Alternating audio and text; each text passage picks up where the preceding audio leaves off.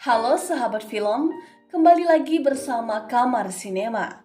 Kali ini kita akan membahas kembali satu film bersejarah yang berjudul Children Huangzi. Kisah kelam di kota Nanjing.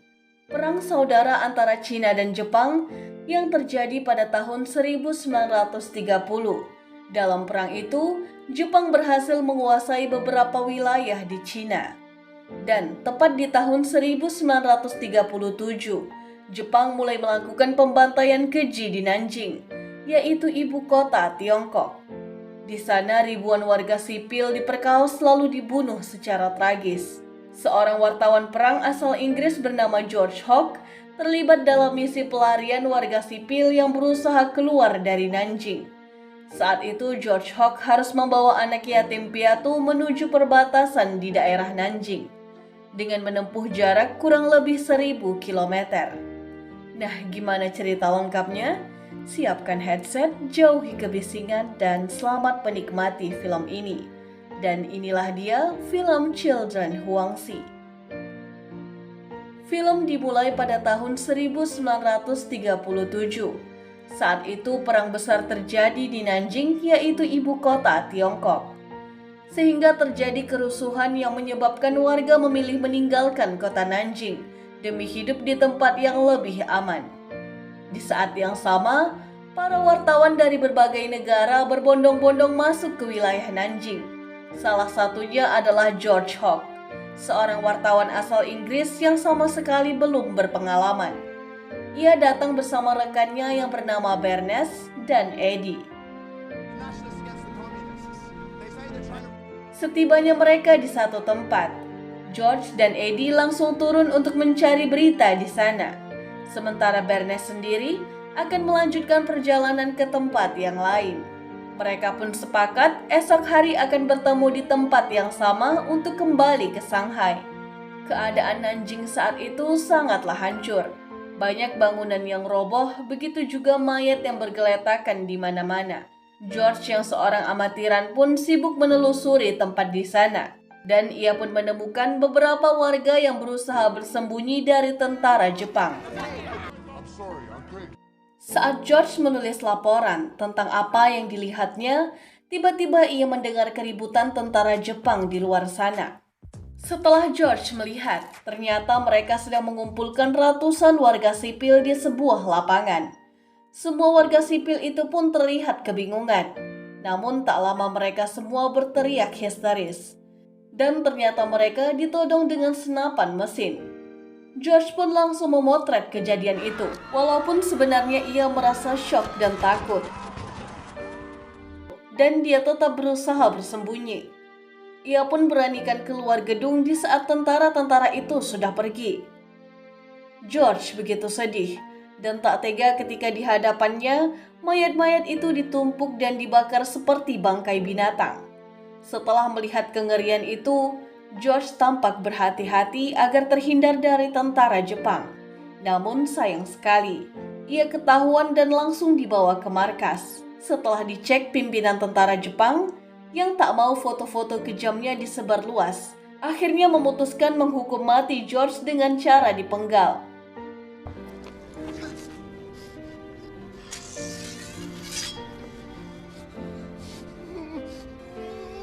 Untungnya saat itu George selamat, karena pada saat yang tepat para pemberontak menyerang tentara Jepang yang ada di sana. George pun diselamatkan oleh warga sipil. Di tempat persembunyiannya, mereka saling berkenalan. Chen pun bertanya mengapa George bisa sampai tertangkap. George pun menceritakan bahwa ia memotret saat mereka melakukan eksekusi. Setelah itu Chen pun berniat untuk membawa George ke tempat keberadaan konsulat Inggris, dengan berharap ia bisa keluar dari Nanjing dan mengabarkan kepada dunia tentang situasi yang terjadi di sana. Namun situasi tiba-tiba semakin mencekam saat mereka melihat Bernes dan juga Eddie tertangkap dan dieksekusi tepat di hadapan mereka berdua. Kini situasi mereka pun dalam bahaya. Tak ada pilihan lain selain berlari, dan mereka pun masuk ke dalam sungai. Karena sulit bernafas, George pun menimbulkan kepalanya, hingga ia tertembak di bagian pinggangnya. Beruntungnya, mereka berhasil lolos dan sampai ke tepian sungai. Chen dan George selamat, dan kini mereka berada di zona yang aman. Di sana mereka berdua dirawat oleh seorang perawat bernama Li Person, yaitu seorang relawan dari Shanghai. Keesokan harinya, saat itu Chen pun memberitahu kalau dia akan berada di bagian terdepan. George yang mendengarnya pun ingin ikut berperang, namun Chen melarangnya dan menyuruh George agar tetap beristirahat sampai kondisinya benar-benar pulih.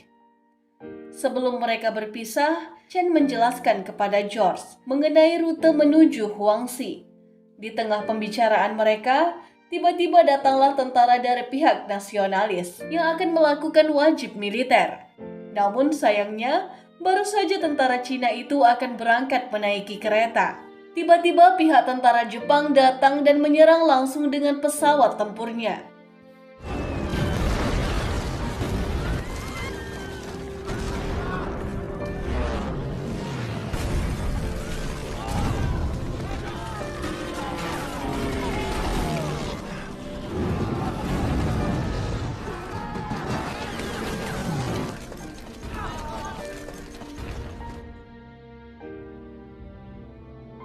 Singkat cerita, sesampainya George di tempat yang dituju, ia pun di sana merasa prihatin melihat anak-anak di sana yang hidup serba kekurangan dan juga tempat tinggal yang begitu kumuh. Kemudian dia pun bertemu dengan seorang nenek tua bernama Lawson yang memberitahu George bahwa di sini tidak ada apa-apa. Bahan makanan saat ini pun sudah dipenuhi dengan ulat. Lalu George bertanya, kemana para guru-guru yang ada di sini? Lawson menjawab bahwa mereka telah pergi. Pada malam hari, saat tertidur George dibangunkan oleh si Kai. Ia merupakan pimpinan dari anak panti asuhan. Ia mengajak George di sana. Dan di tempat itu banyak anak-anak panti asuhan lainnya. Mereka mengeroyok George karena mereka curiga dengan kedatangan George di sana. Hampir saja ia babak belur dihajar. Untung Lee datang tepat waktu dan langsung memarahi semua anak-anak di sana. Sekaligus ia menjelaskan bahwa George adalah orang baik. Di tempat lain, George dan yang lainnya gotong royong membantu anak-anak menyiapkan makanan, termasuk membersihkan tempat tidur yang dipenuhi dengan kutu. Awalnya George mengira bahwa tempat itu adalah sebuah sekolah dan menyuruh Lee agar mengembalikan anak-anak itu ke orang tuanya. Namun Lee memberitahu bahwa tempat itu adalah sebuah panti asuhan dan setiap anak sudah kehilangan orang tuanya karena dibunuh oleh tentara Jepang. Lalu di sana Lee membuat bedak untuk melawan kutu. George pun ikut membantu dan mempraktekkan agar bisa mereka pahami dan mereka memberitahu dengan detail bahwa bedak itu tidak berbahaya. Lalu anak-anak di sana pun akhirnya mau dicukur dan mandi sekaligus menggunakan bedak itu. Esoknya, Lee telah bersiap untuk mengunjungi beberapa tempat perawatan lainnya dan menyuruh George tetap tinggal dan merawat anak-anak di tempat itu. Tentu saja George tidak mau ditinggal sendiri di sana, apalagi harus disuruh mengurus anak-anak yang tak ia kenal. Namun Lee menjelaskan kalau anak-anak membutuhkan seseorang yang bisa mengurus mereka. Juga ia memberi jatah beras selama 3 minggu. Dan George harus berusaha sendiri memberi makan mereka. Awalnya George memilih pergi dan tak menghiraukan perkataan Lee. Namun saat beranjak pergi, ia berpikir lagi dan memutuskan kembali ke panti asuhan itu. Saat itu juga ia pun memperbaiki beberapa kerusakan di tempat itu. Si Kai dan teman-temannya kembali berulah.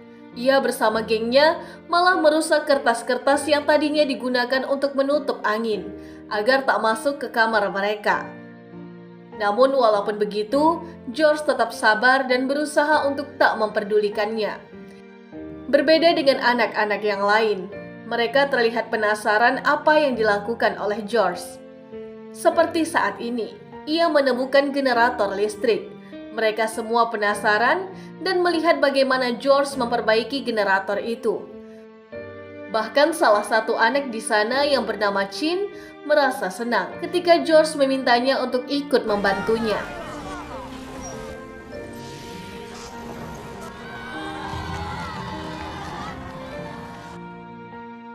George dan Chin pun semakin akrab. Kedekatan mereka semakin berlanjut ketika ia diajarkan bahasa Inggris dari sebuah buku yang ia temukan. Begitu juga dengan George, ia juga belajar perlahan-lahan bahasa Cina. Beberapa hari kemudian, persediaan telah habis. George pergi ke pasar untuk bertemu dengan pedagang bernama Wang, juga merupakan kenalan dari Lee. Di sana George pun menawarkan kerjasama. Ia meminta benih sayuran dan nantinya akan dibagi 2. Awalnya Wang sempat ragu, namun George berhasil meyakinkan dengan menunjukkan beberapa jenis benih terbaik untuk menghindari gagal panen. Sejak hari itu, George mendapatkan pekerjaan yaitu menanam dan mengurus sayuran. Dan anak-anak panti juga ikut membantu George. Hingga mereka merasa hari demi hari, minggu demi minggu, dan bulan demi bulan, sayuran yang mereka tanam akhirnya tumbuh dengan baik. Di satu malam, Lee datang dan ia begitu bangga ketika melihat anak-anak di sana belajar bahasa Inggris dengan bersemangat. Namun tiba-tiba lampu di sana mati, dan setelah dicari tahu, ternyata si Kai kembali membuat ulah. George pun berusaha mencegahnya. Sayangnya semuanya terlambat.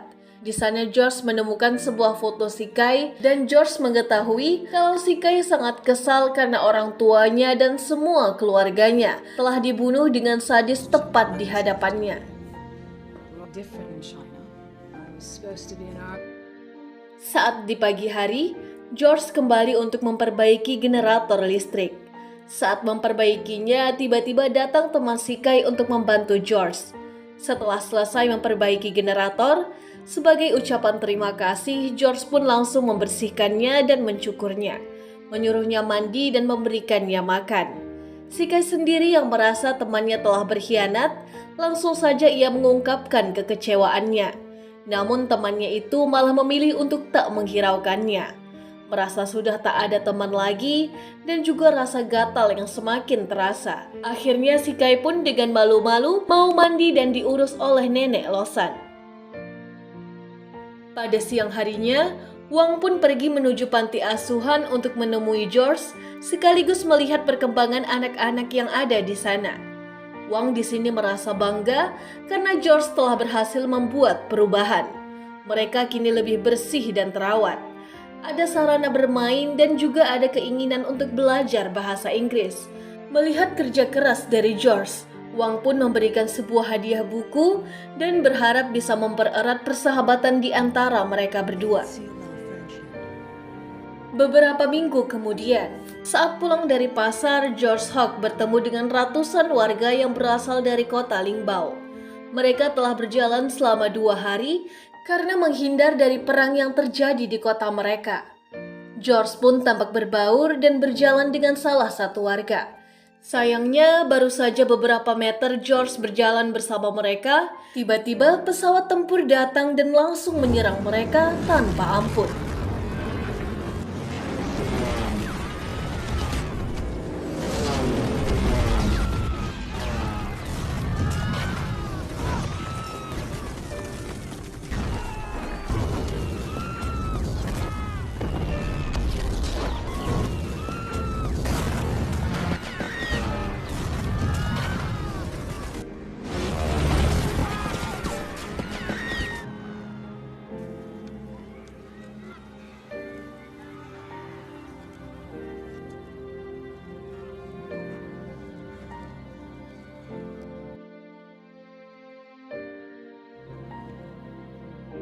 Sementara itu, di malam yang sama, anak-anak panti tampak tak bisa tidur karena merasa takut dengan suara pesawat tempur Jepang yang berlalu lalang terbang melintasi Huangxi.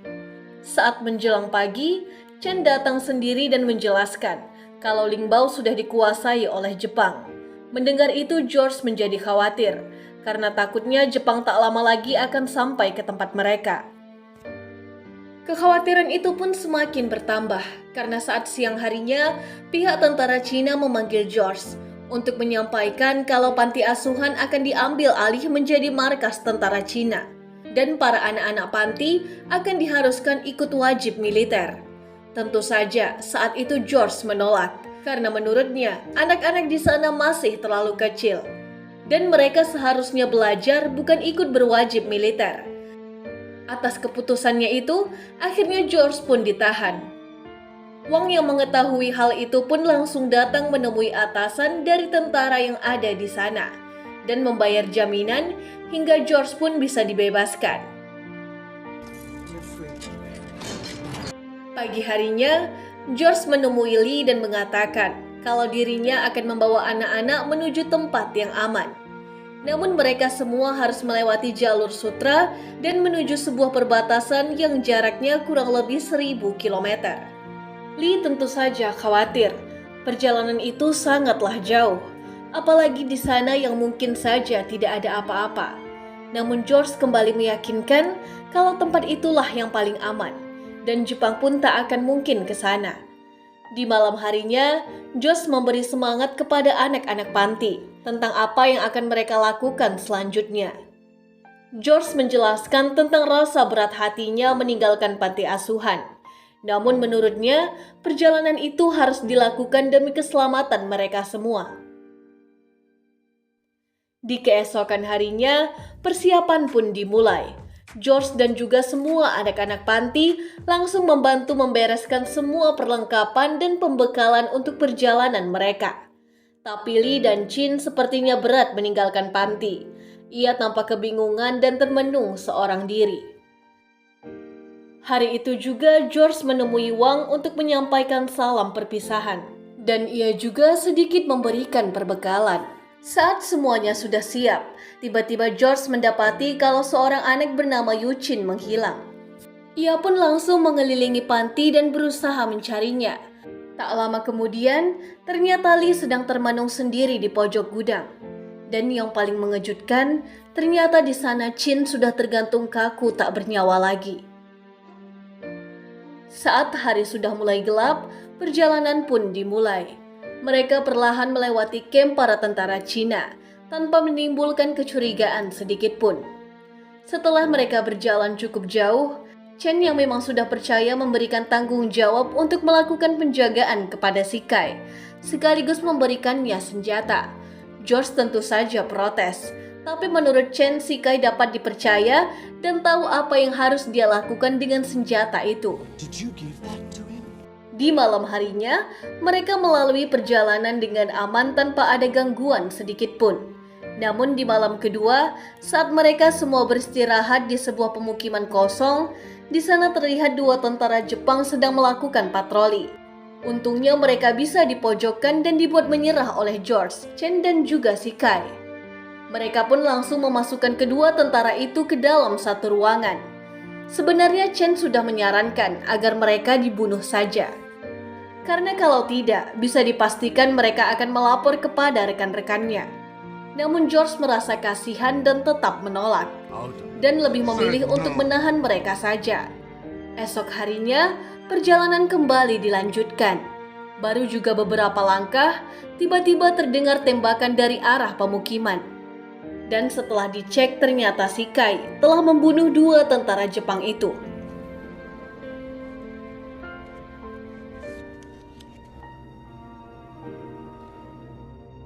Setelah setengah hari mereka berjalan, lagi-lagi mereka bertemu dengan para tentara Jepang yang sedang berpatroli. George langsung menghampiri mereka dan mengatakan kalau mereka adalah pengungsi biasa. Para tentara itu pun langsung melakukan pemeriksaan. Dan suasana di sana seketika menjadi panik. Ketika salah satu tentara Jepang menemukan topi Jepang yang dipakai salah satu anak panti. Shikai yang masih dendam dengan tentara Jepang, ia pun berusaha untuk melakukan serangan dari belakang. Namun letnan tentara Jepang memberikan tembakan peringatan dan membuat Shikai terjatuh, hingga tertimpa gerobak yang ada di sana. Para tentara Jepang itu pun lalu pergi. Namun karena luka yang cukup dalam, hingga menyebabkan nyawa Shikai tak terselamatkan. Keesokan harinya ia pun langsung dimakamkan. Keadaan di sana tampak begitu sedih, apalagi ketika Chen memberikan beberapa tembakan penghormatan atas keberanian si Kai yang berusaha menyelamatkan mereka.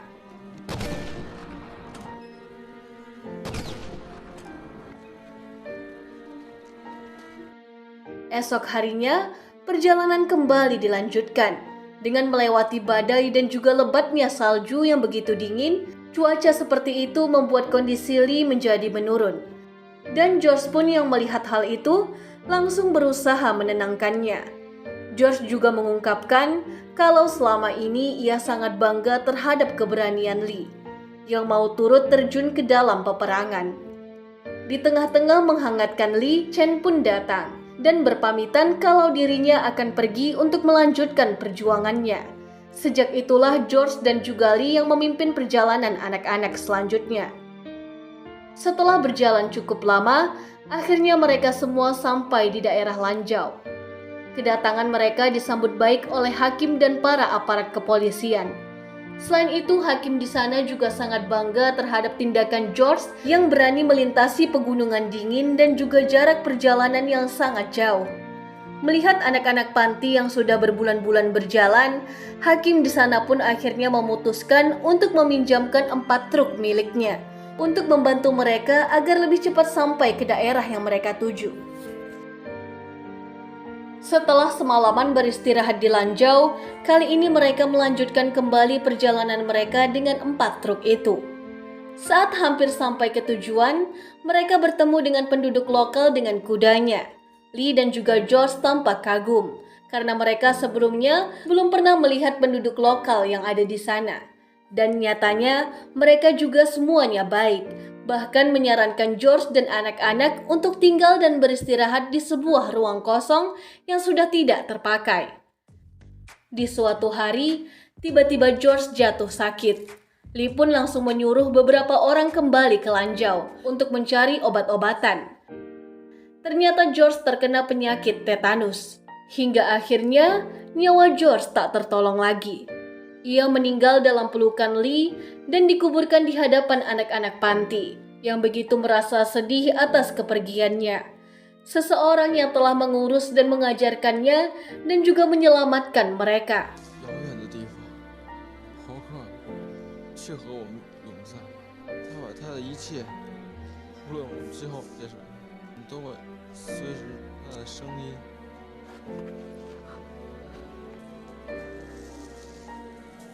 Setelah itu, mereka pun memutuskan akan tinggal di sana.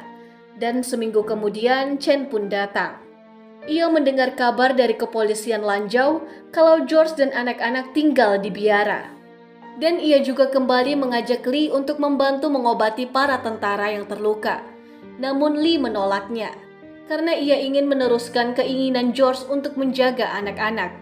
Cerita ini pun berakhir dari kesaksian beberapa anak panti yang kini sudah tua. Mereka sangat berterima kasih atas jasa George yang telah menyelamatkan dan juga mengurus mereka semua. Dan film ini pun selesai. Inilah dia film The Children Huangzi. Terus dukung channel ini dengan subscribe dan sampai jumpa lagi di alur cerita berikutnya.